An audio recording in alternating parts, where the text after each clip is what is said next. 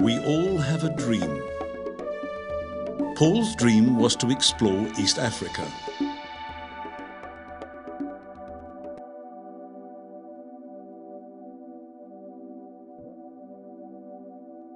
Each time he looked at the map, he would wonder what the scenery looked like, imagining the Great Rift Valley with mountains and lakes, but also vast plains and migrating wildlife. After 12 years of contemplating, Paul made up his mind. It's now or never, he said to himself. He would follow in the footsteps of Stanley and Livingstone with a touch of 20th century.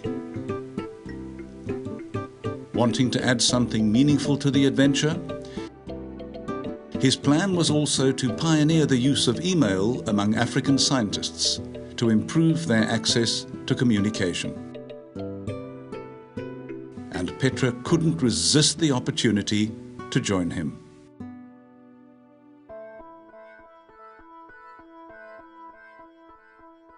Paul was looking for a teammate and sponsors. Petra was the last name on my list. I told him that it's not because he's a man and I'm a woman that he'll do the mechanics and I the dishes.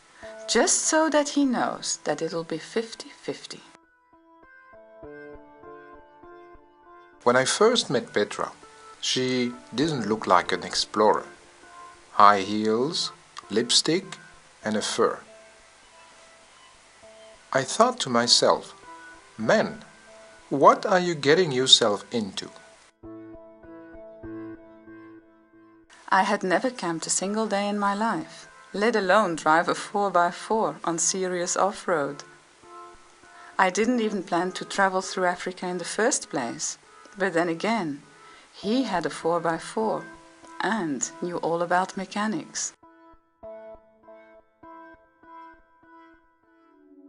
And so they decided to travel together from Brussels to Cape Town. They had known each other for just 2 weeks.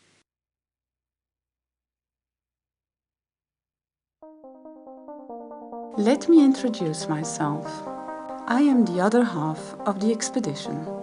Judging from my accent, you've probably already guessed that I'm from the Flemish tribe. I'm not the best of speakers, but as anyone from Venus, I just love to talk, and will rather leave the photography to Paul, who, by the way, is from the French side of Belgium.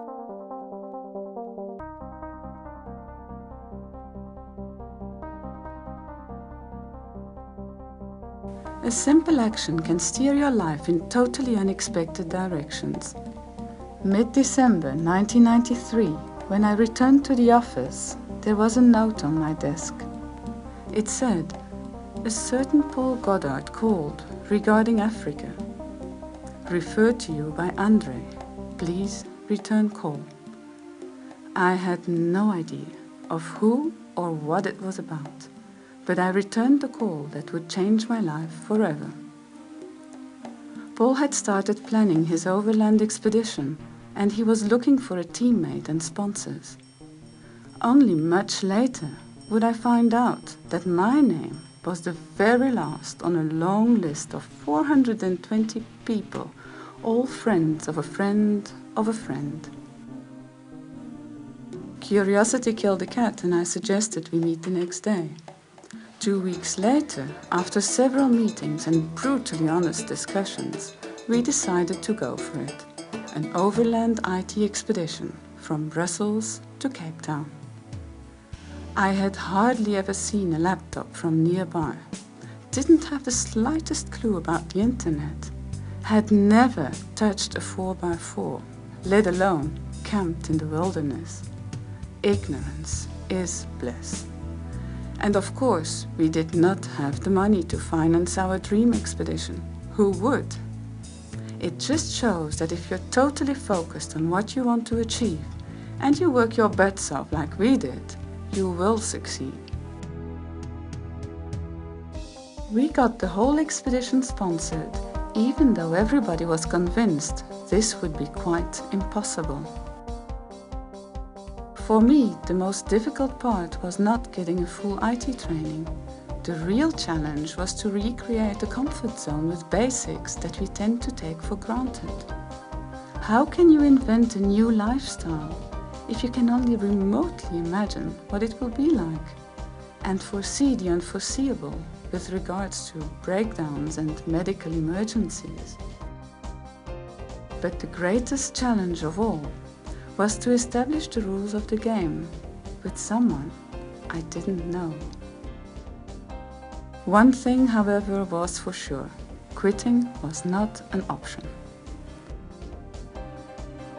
After 3 farewell parties and 9 months of around-the-clock preparations, we closed the door of our safe home in Brussels in exchange for 70,000 kilometers of untamed adventure. Imagine living, working and sleeping in 4 cubic meters for 4 years while traveling from Belgium to South Africa. Being the only vehicle in one of the largest national parks in Africa. Crossing sensitive borders with a fortune in high-tech IT equipment. Sometimes not even seeing another vehicle in 7 days while covering 2,000 kilometers.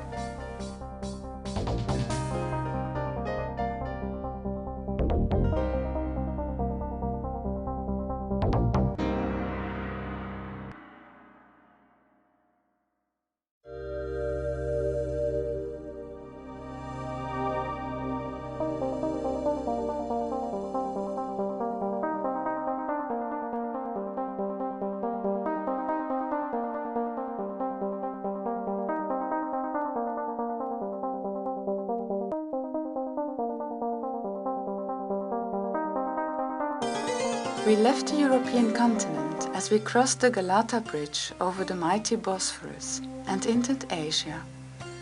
I found it fascinating to see how the city of Istanbul was spread over 2 continents and linked only by 2 bridges. The more we discovered the picturesque countryside, the more we were overwhelmed by the incredible hospitality of the village people. In Muslim countries, a visitor knocking on your door must be honored because he is believed to be a gift sent by Allah. Everywhere we were treated like royalty. People insisted that we stay the night, or at least share a meal or have tea with them. Time and again, our arrival in the villages reached the local headlines. Often, the head of the village had to kick the crowds out of the way, literally. We were deeply touched by the women's hospitality as they brought us full breakfast with coffee, cheese, tomatoes, bread and milk, and lit the campfire so that we could eat comfortably. We will never forget their generosity. Many times we were offered oven-fresh bread, homegrown fruit and vegetables for the road. They didn't have much to live on. And I often wondered how such a big sacrifice could be made in our honor.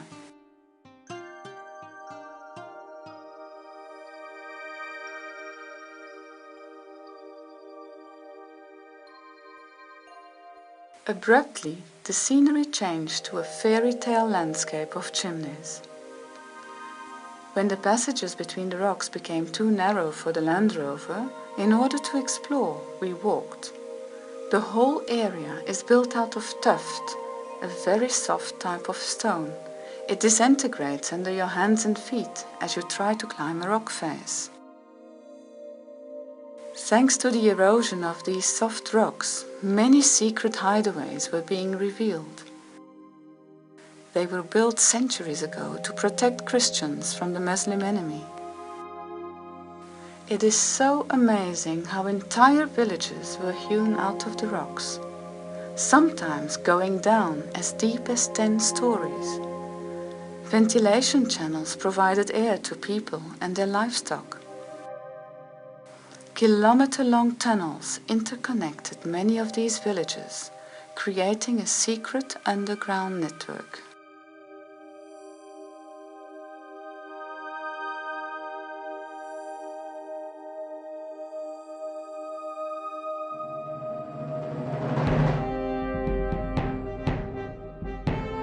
Traveling through Arab-speaking countries also meant getting used to reading Arab maps.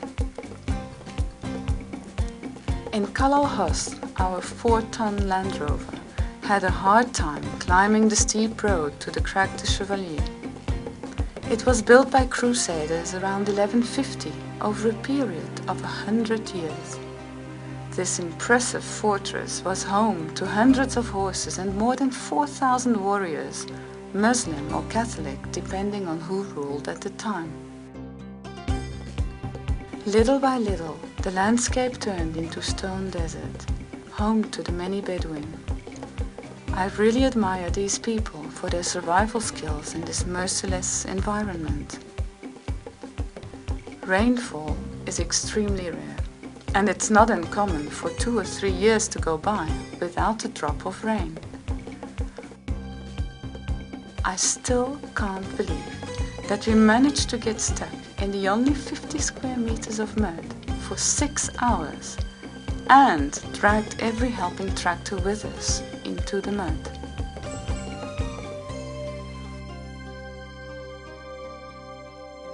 One of the main oases in the Syrian desert is the historical site of Palmyra, or City of the Palms.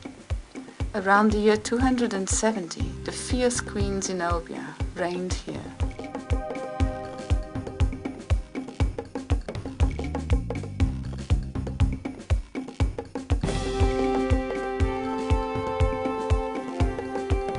It was here, in the Wadi Rum, that Lawrence of Arabia was filmed in 1962. I could well imagine how actors Peter O'Toole and Omar Sharif got their inspiration from the mysterious jebels, or hills that rise on each side of the valley. Cut into sandstone and granite rock, it is 2 kilometers wide. At night, we would contemplate the million stars and be thankful for our dream in the making.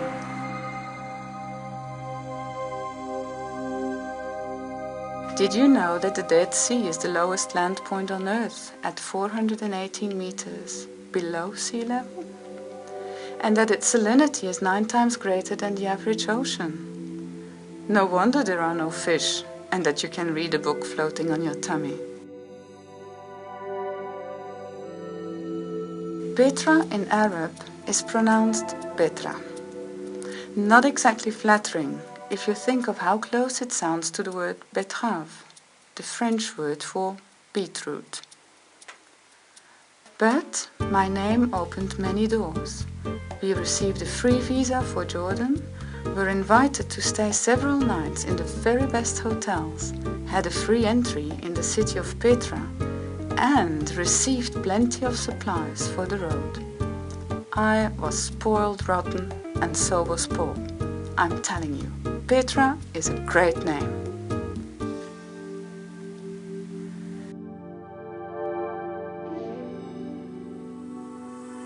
The King's Highway was an ancient caravan route between Syria and Egypt, meandering at the edge of a 1,000-meter deep abyss. As we got closer to Petra, the landscape still didn't reveal a single thing of this extraordinary city that was half built, half carved into the rock. This rose-red city was built by the Nabateans 2,000 years ago and remained a secret for centuries until the Swiss Johann Burckhardt found it in 1812. Full of anticipation, we drove through the Sick, a narrow passage with gorge walls 100 meters high. After 1.5 kilometers, we reached the end as it opened up to the 30-meter-high Kasneh, or the treasury. The only vehicles that had been allowed here before us were the ones of late King Hussein and the film crew of Indiana Jones. We were very, very privileged indeed. Stepping into the treasury, I expected to find, just like Harrison Ford, a labyrinth of passages and hanging bridges as I had seen them in the movie. We were so disappointed to find only a small square room with a door that led nowhere.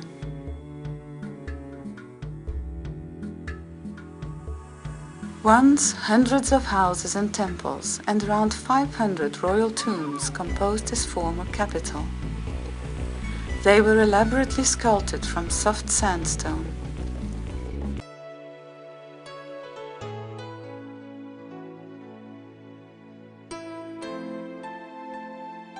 The rocks featured the most beautiful natural designs.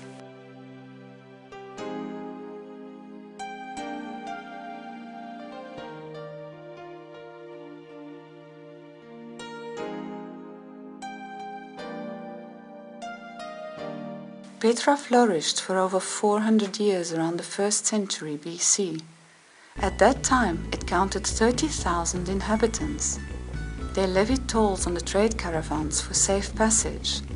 They were wealthy and had great political power. Today, Petra is a World Heritage Site. The last inhabitants of the city were relocated just outside the site about 20 years ago. The descendants of the Nabateans now make a living out of tourism.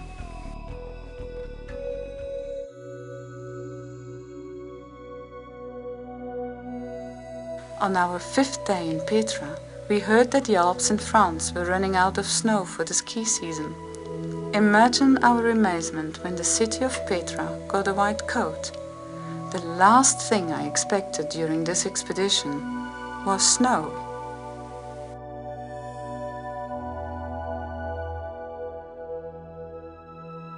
At the time we were there, the peace treaties between Jordan and Israel had just been signed. The border was open to vehicles, but soon after we crossed it, it closed again. Not that we had anything to do with that. Every single item was taken out of the vehicle for security control. The search lasted 6 hours. The officials just couldn't believe that each time they lifted something, there was something else underneath.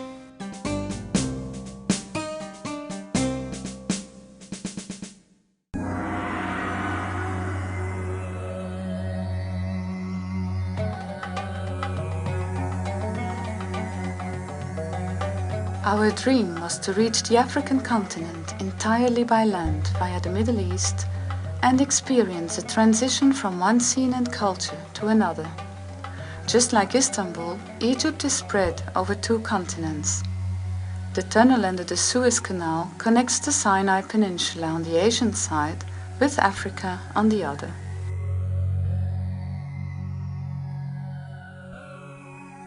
Cairo was chaos and a typical example of bureaucratic stagnation. When we were stuck in traffic, I would think back to the incredible diving experience in the Red Sea and the thousands of colorful fish we encountered. We were all too happy to exchange city pollution for desert dust and follow in the footsteps of the Pharaoh. As I stood by the pyramids of Giza, I couldn't help imagining how thousands of slaves had spent their miserable lives carrying the huge and heavy stones to build these masterpieces. Napoleon estimated that there would be enough stones in the 3 main pyramids alone to build a wall of 3 meters high all around France. The mysterious Sphinx near the Pyramid of Chephren is 7 stories high and as long as an Olympic swimming pool. The River Nile has always been the lifeline of Egypt and the Sudan. For thousands of years it has flowed through this unforgiving desert, creating life and culture on its fertile banks. discovering the many remainders of this high culture as we followed the Nile almost felt like being in a time machine. It's not only the temples and the hieroglyphs that gave us a sense of the past, but also the farmers that were plowing the land with oxen in exactly the same way as it was done 1,000 years ago.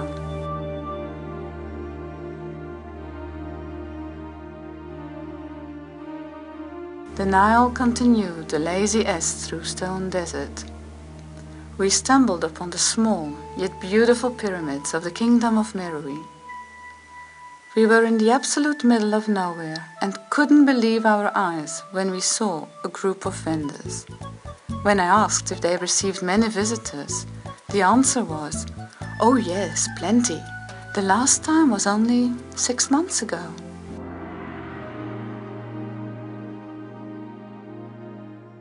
Here we experienced true desert hospitality. The women would not only prepare food and bring me tea, but felt that as a traveler I ought to have a nap and a massage while someone else washed our laundry. Paul was utterly shocked to find me in a state of supreme relaxation while he was fixing the landy.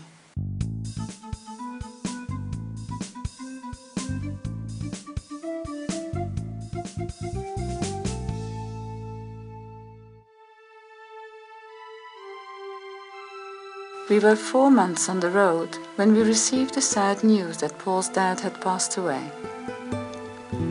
2 days later, we were on a plane to Belgium to attend his funeral. In spite of being devastated by this great loss, we flew back to the Sudan a week later. Paul looked down at the desert below and knew that his destiny lay in Africa.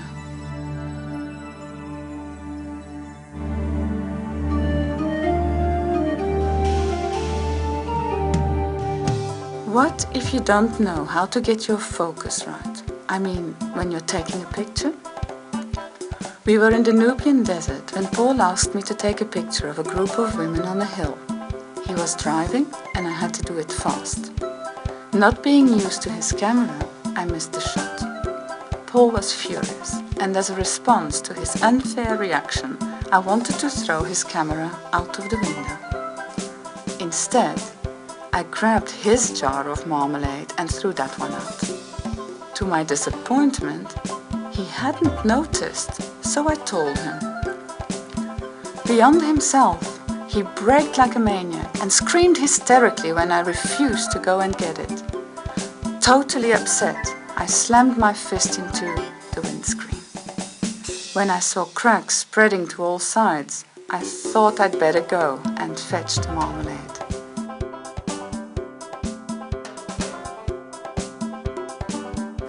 It seems there was much more to living our dream than I imagined.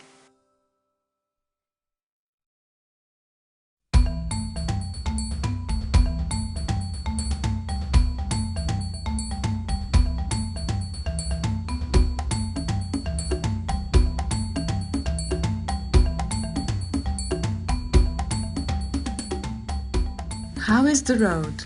I asked at the solitary border post between the Sudan and Ethiopia. Very good, was the reply. We felt like we were digging deeper and deeper into Africa, and we loved it. After 3 days, we reached Gondar, the previous capital of Ethiopia, and started noticing bizarre phenomena. People would have lunch at 6 a.m. and go to bed at 4 p.m. The newspaper was dated June 1987, but we were in February 1995. Sammy, a witty 9-year-old, explained to us that the Julian calendar has 12 months of 30 days and 1 month of 5 to 6 days. For us, the first hour of the day is when you get up. Doesn't that make sense? He said. What if you don't all get up at the same time?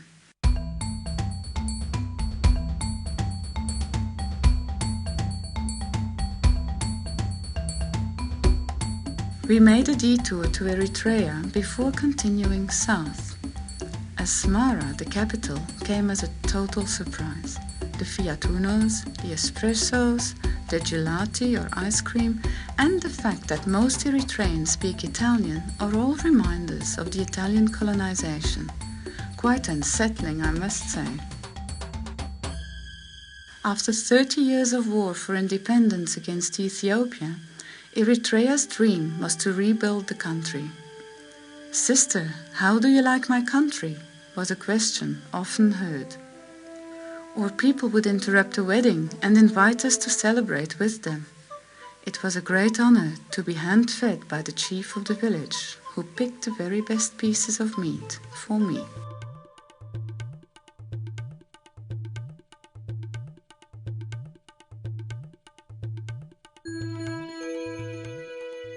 We organized our first IT seminar at the University of Asmara.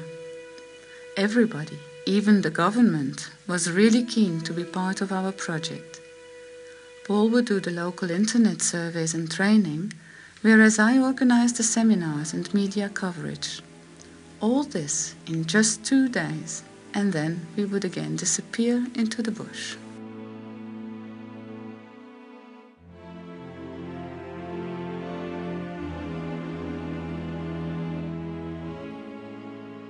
I didn't expect to feel cold so often, but Ethiopia lies on an elevated plateau between 2,000 to 3,000 meters above sea level, so the climate was often cool.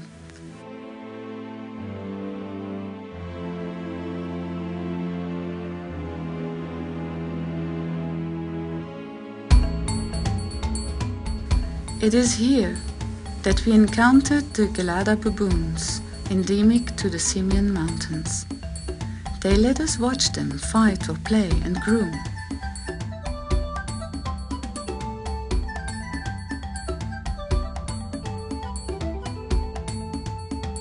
From our camp at 3,300 meters, we explored dramatic scenery that was formed 40 million years ago. Ras Dashen in the Simien is Africa's fourth highest peak at 4,620 meters.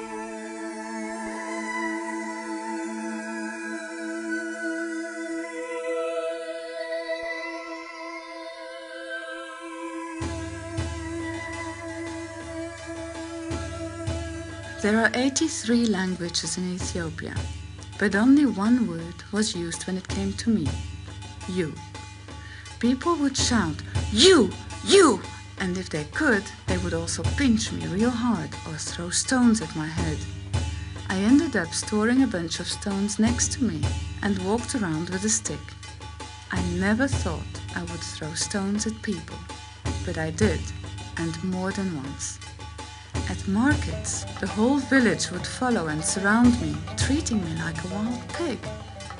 If I stayed inside the Land Rover and Paul went to the market, nobody would follow him. They would all hang around the vehicle and try to open the doors or start shaking it.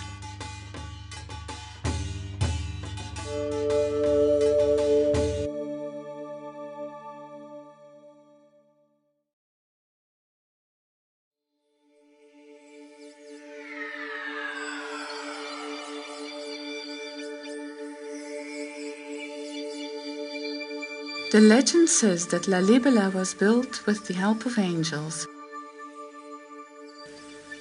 It is a complex of 11 monolithic churches, which were each hewn out of a single block of stone. Assembled in 3 groups, they were all interconnected through a network of tunnels.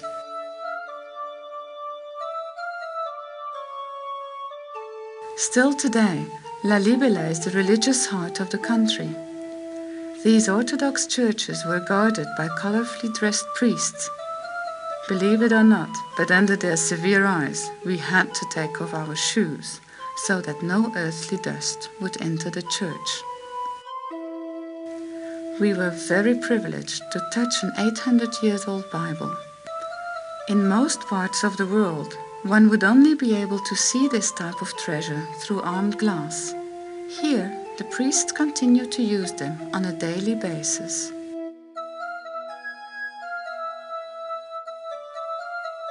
At Bet Mariam, or the House of Maria, we saw women praying to fall pregnant.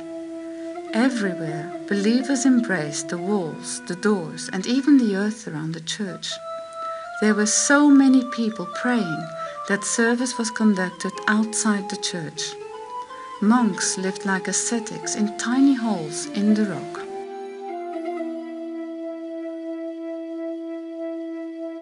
Lake Tana is the sacred source of the Blue Nile. The White Nile flows from Uganda. Both rivers meet in Khartoum, where they flow as one through to Egypt.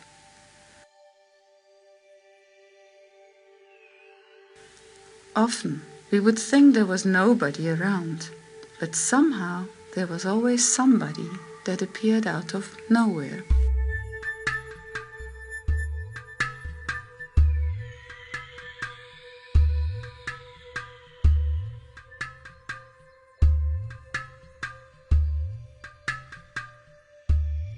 What we found remarkable in Ethiopia was the exclusive use of natural resources for building villages in the countryside.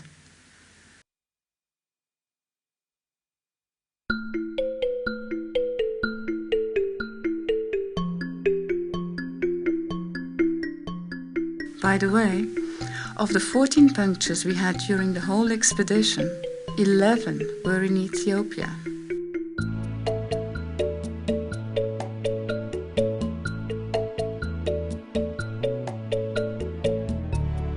Just as we were in Addis Ababa, Ethiopia's capital, the IT for Africa World Conference was held.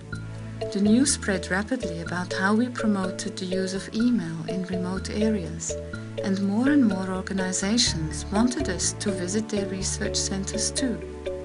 And so doing, we had a new income that enabled us to live our dream much longer than anticipated.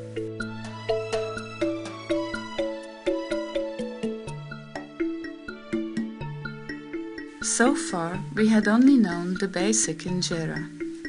It's a fermented pancake made from barley and is Ethiopia's staple food. 99% of the population eats it just with spice. In Addis, we discovered the deluxe injera. This one is made from higher quality flour and is served with a choice of 3 curries, called what. Once you get used to it, it's delicious. Paul never got used to it.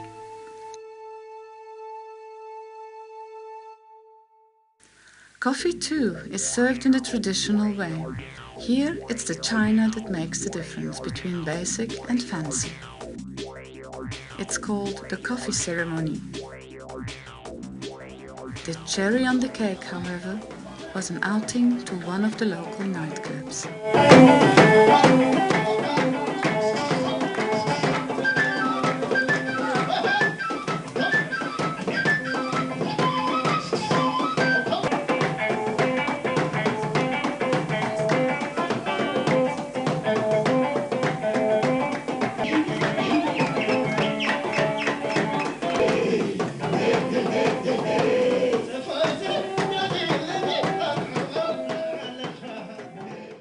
The last cold place on our journey, at least for a while, was the Seneti Plateau at 4,000 meters.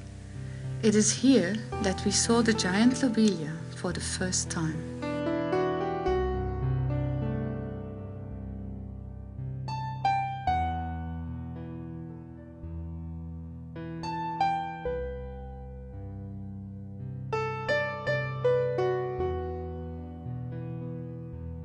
As we drove further south, we soon entered lush green scenery.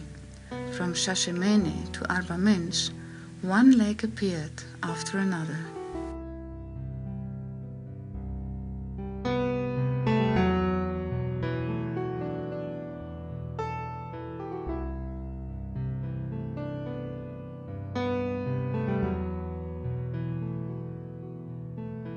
From here onwards, we headed through some of the most isolated regions in the world, like the Omo Valley, with a starter that didn't work and a satellite connection that was down.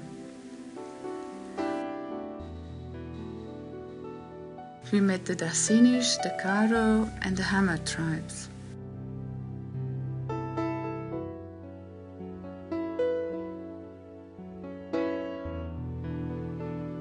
Hammer tradition has some very odd ways for young men to prove their manhood. This one proudly wears a clay hairband to show his courage. He had just killed an enemy.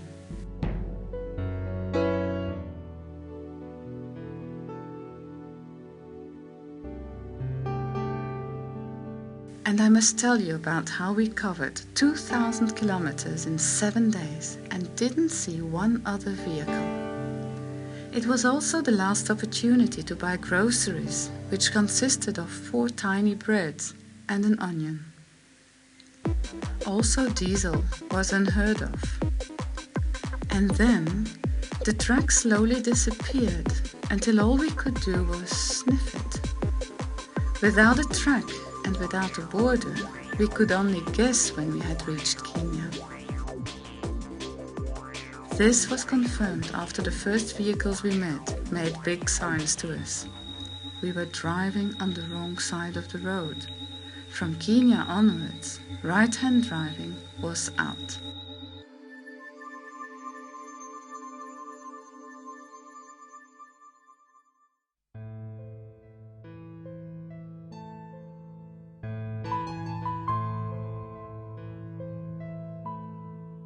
I often wished we had more space to live inside the Land Rover. It was ice cold, windy, sometimes it snowed, and it rained too often for my taste. Nearly every day something else broke down. The most frequent problems were the electric circuits and the starter, and the satellite connection, and the power outcome of the solar panels, and the whatever, just name it, it was not funny.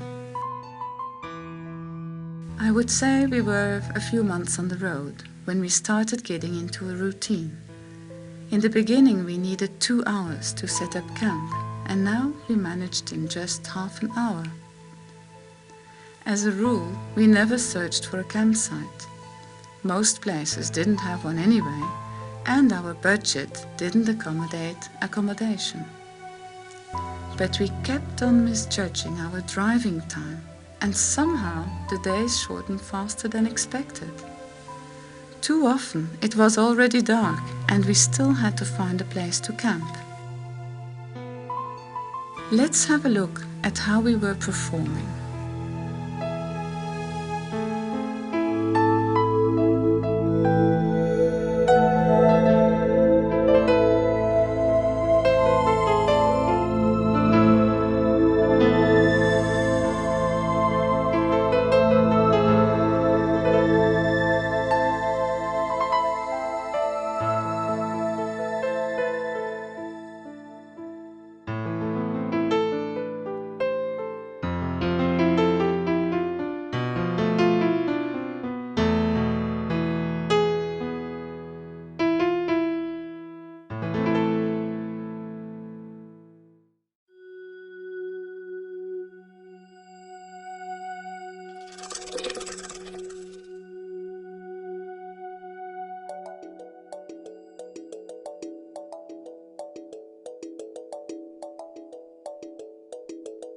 Because the owner's wealth is represented by his cattle, the Maasai rarely kill their cattle for meat. Instead, they will tap blood from the cattle's jugular veins and mix it with cattle urine to make a powerful stimulant. Milk is also part of their basic diet.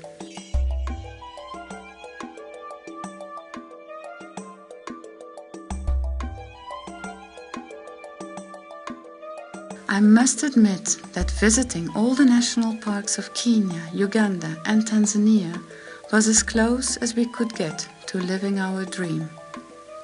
It was part of our IT project to visit these parks, and so, in exchange for IT training, we could stay longer than any tourist could possibly afford.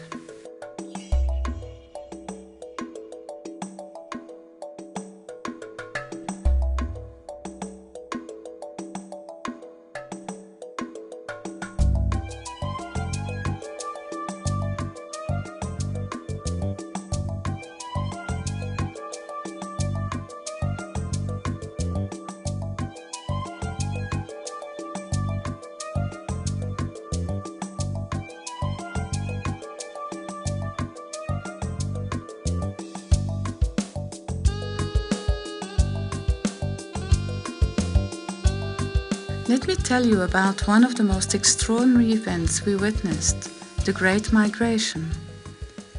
During the annual migration, zebra, gazelle and over 1 million wildebeest leave the plains of the Serengeti and cross the Tanzanian border into the Masai Mara in Kenya. It seems like the neighbor's grass does look greener. Attracted by lush green pastures, the journey will last for 6 months and many won't make it. The Mara River is the most dangerous stretch of the journey. In their struggle to cross, many of them will drown, be swept away by strong currents, or eaten by crocodile. Those surviving will still have to face lion and cheetah, even hyena at any given time.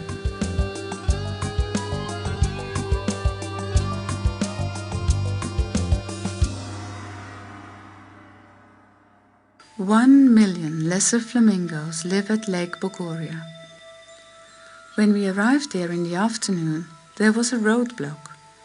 One of the park wardens told us that when the flamingos fly over in their masses, which they usually do around 4 p.m., it's just too dangerous for vehicles to cross.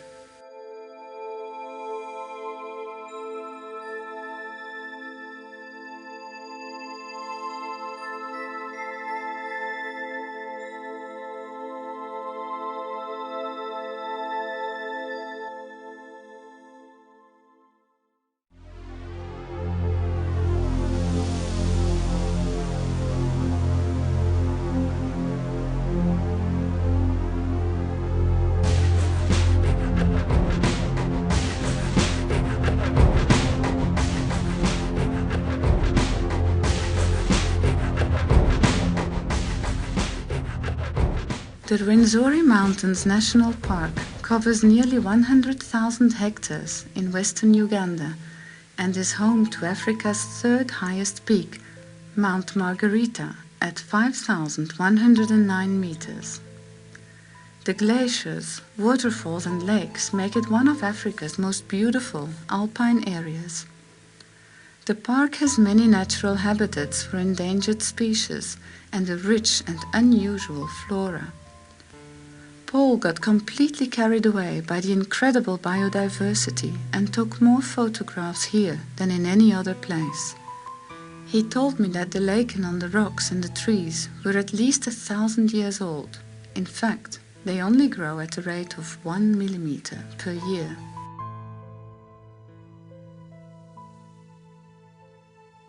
We spent 7 days climbing the Rwenzori, or Mountains of the Moon. Luckily, we were in dry season. Rain fell for only 90% of the time, and I'm not kidding. It's a type of climb where you ask yourself what on earth you're doing. Knee-deep mud sucks your boots. Sometimes the only way to avoid it was by jumping from one jelly-like grass tuft onto another, hoping for the best. The trail was anything but straightforward, yet we raved about it afterwards.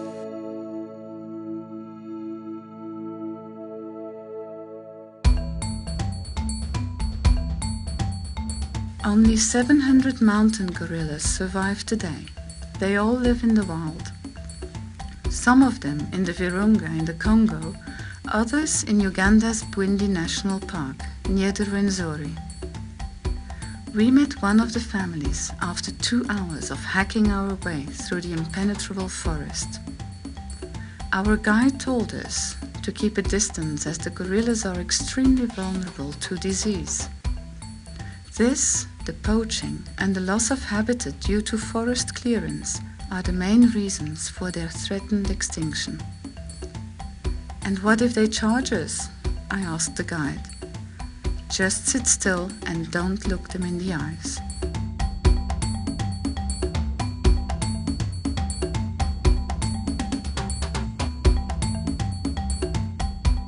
As soon as the bus stopped, everybody hurried to buy plastic sachets with something green in them. Keen for a challenge, we also bought some, only to discover that our sachet was filled with grasshoppers. So we had them cooked for us added white wine and garlic, and they tasted very much like the Belgian North Sea shrimps. Yummy.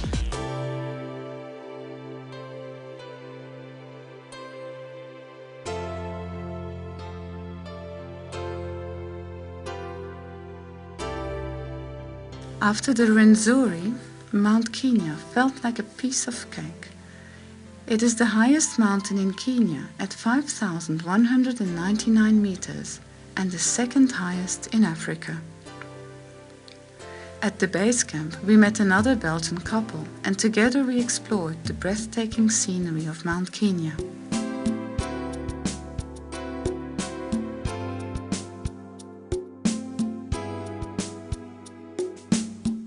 Having traveled many months now on our own, it felt great to share this incredible experience with fellow travelers.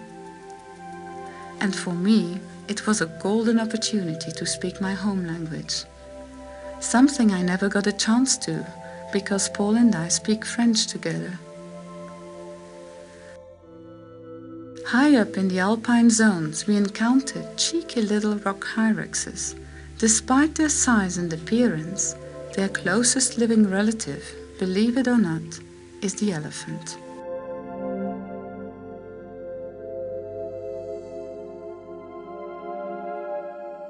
The plan was also to climb Africa's #1, Mount Kilimanjaro, at 5,895 meters, but Paul's knees were finished. Come to think of it, he always had to carry the extra kgs of photographic equipment. The closest we got to Kilimanjaro was Amboseli National Park. The omnipresence of this majestic mountain created another level of bonding with nature. And then there were the baby giraffe, probably just a day old, and the junior zebra. What a privilege to see all this beauty and become more conscious of the cycle of life. All this reconfirmed how right we were to give up everything. What we received in exchange were memories so vivid that they will never fade.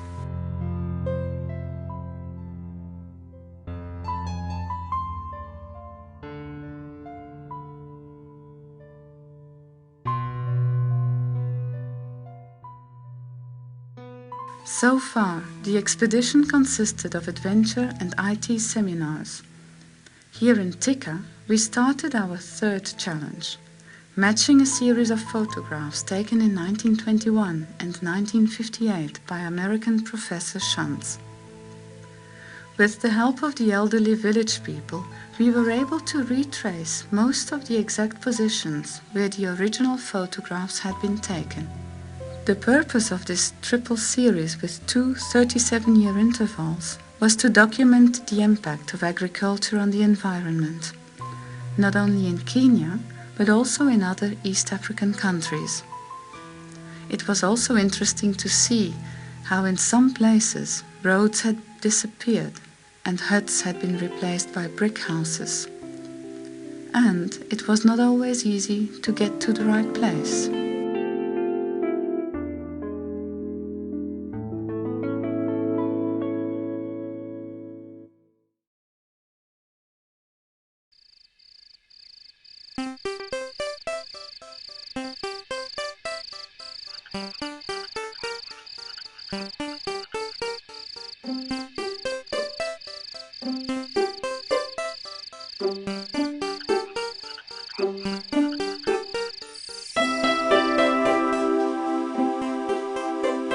It's happened more than once that we crossed the river under perfectly normal circumstances.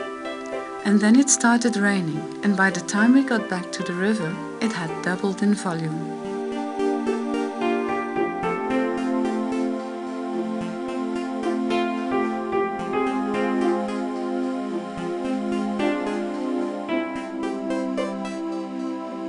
Internet provides easy access to information.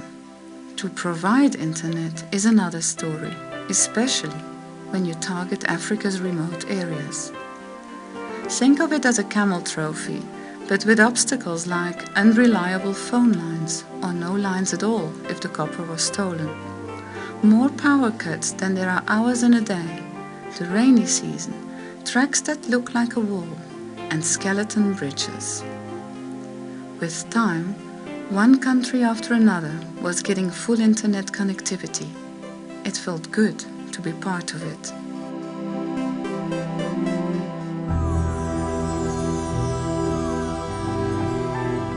We found that in Africa, anything is possible, like meeting decision makers and organizing seminars without notice, and everyone would make themselves available. Or working from our camp on the beach to prepare an important seminar for 200 people in Dar es Salaam.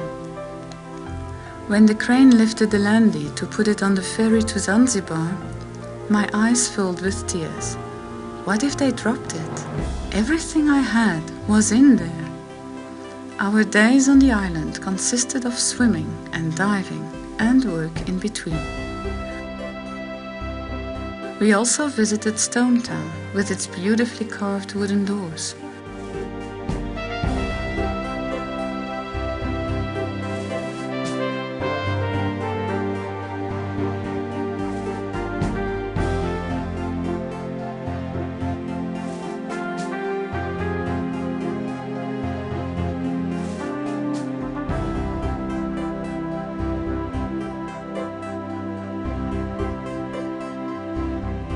Typical for the equator are the brief afternoon showers that replenish the tea bushes of Kericho. The tea plantations are perched on the top of a hill and stretch for miles. A top tea picker can pick up to 100 kgs of leaves per day. Kenya is the third largest producer of tea in the world, after India and Sri Lanka.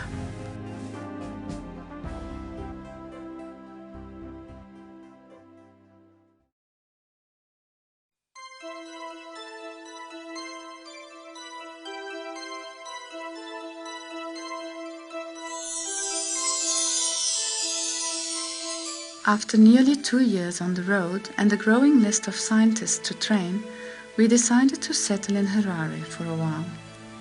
About 2 years later, we got married in our garden.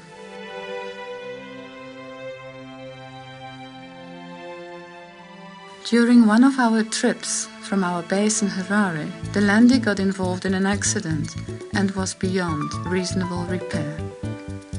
And so we swapped it for another second hand.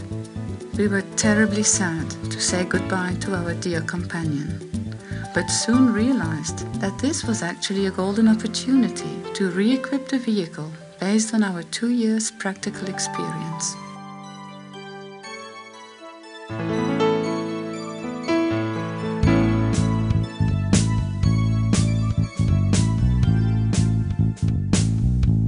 By now, we had adapted to our lifestyle and our new setup.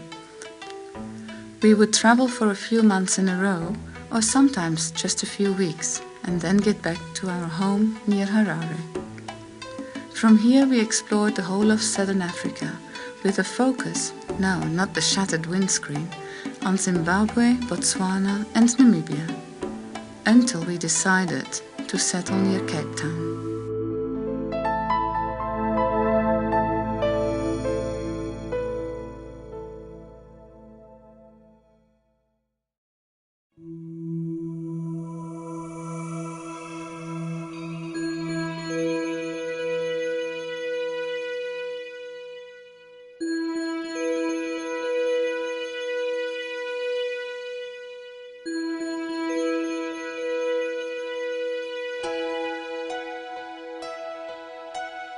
We enjoyed the changing scenery. Cool green hills, the tobacco plantations in the Vumba, and vibrant ecology in and around Lake Kariba.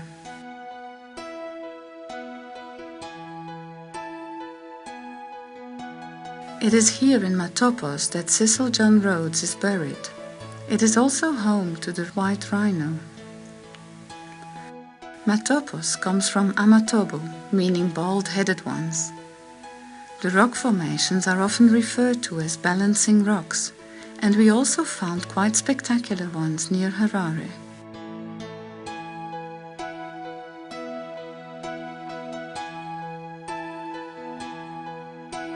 The granite ruins of Great Zimbabwe are considered the largest historic relic in southern Africa.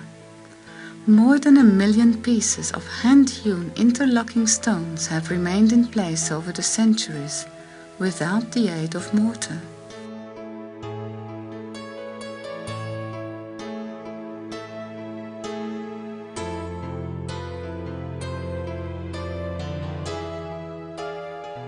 In Victoria Falls, we could hear the thundering of the water from quite a distance. Immense cataracts plunge over the 1,700 meters wide cliff edge straight down into the deep gorges that separate Zambia from Zimbabwe. The spreading spray is referred to as the smoke that thunders. Makishi dancers evoke the spirit of ancient cultures with bizarre costume and vibrant dance.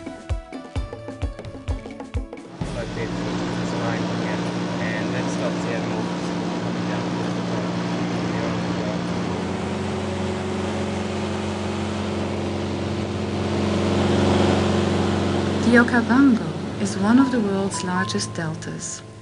The floods are fed from the Angolan rains and take almost 9 months to reach the end of their itinerary. During the peak of the flooding, the delta can expand to over 16,000 square kilometers and shrink to less than 9,000 in the low period.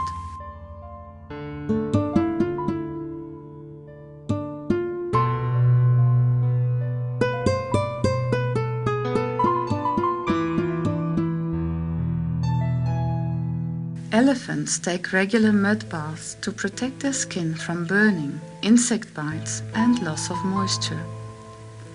Wallowing also regulates body temperature, and so do the large flapping ears. On hot days, we saw elephants flapping their ears constantly to create a slight breeze. In fact, it is this breeze that cools the blood vessels in the thin skin of the ear. The cooler blood gets circulated to the rest of the body and can make a substantial difference in temperature. But beware, the flapping ears can also indicate that the elephant is quite agitated, as was this one.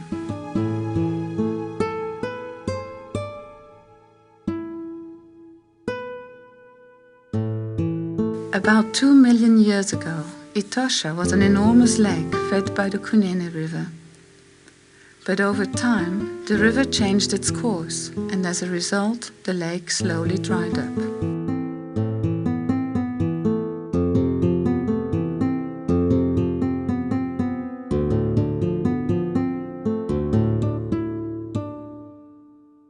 The Himba are a minority group in Namibia.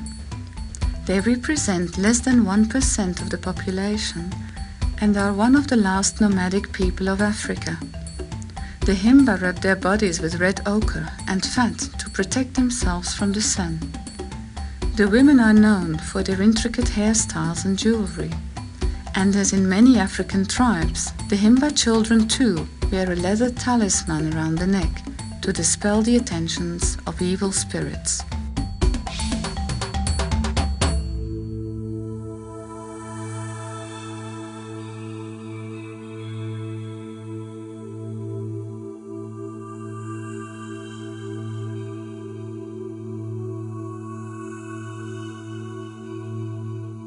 One of the researchers we met took us on a field trip. At the crack of dawn, we set off searching for big game, but instead, we soon discovered a fascinating world of plants and insects, like the dung beetle. Dung beetles feed on dung. There are the dwellers, who live in manure, and the tunnelers, who bury the dung wherever they find it.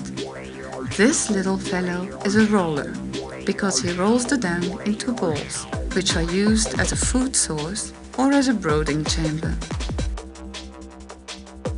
And how does a plant like the welwitschia survive for 2,500 years? It is reputed to be the longest living plant on Earth. Its 2 undulating leaves help to trap water and minimize loss of moisture.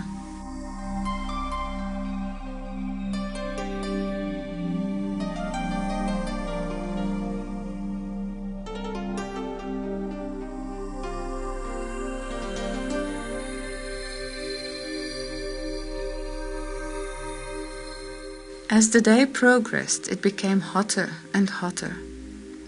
Many creatures of the desert emerge only at night when the air temperature cools down. This is not so for the oryx or the springbok, who don't even mind a good fight in the heat of the day. What is their secret? By ceasing to sweat, they can survive for weeks without drinking. Their body temperature may rise as high as 45 degrees Celsius and can be sustained at this level thanks to an ingenious cooling mechanism in the brain.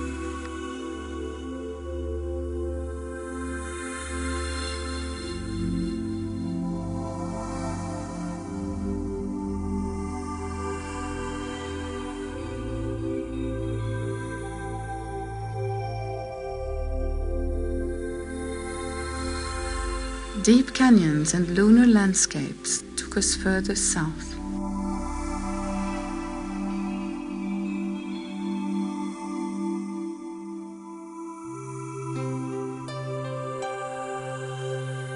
South Africa welcomed us with millions of bright flowers.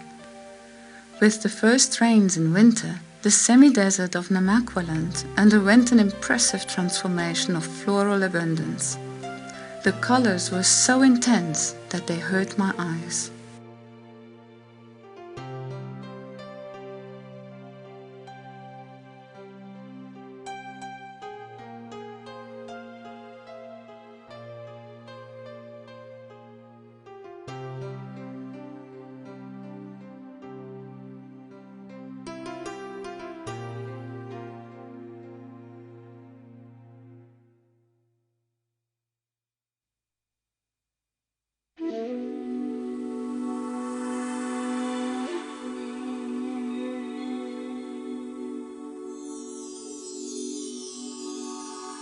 But the dream didn't stop here. Paul and Petra didn't return to Belgium, their homeland they'd left 4 years earlier. They kept the fire on and continued to live their dreams day after day. Perhaps it's time you went out and lived your dream too.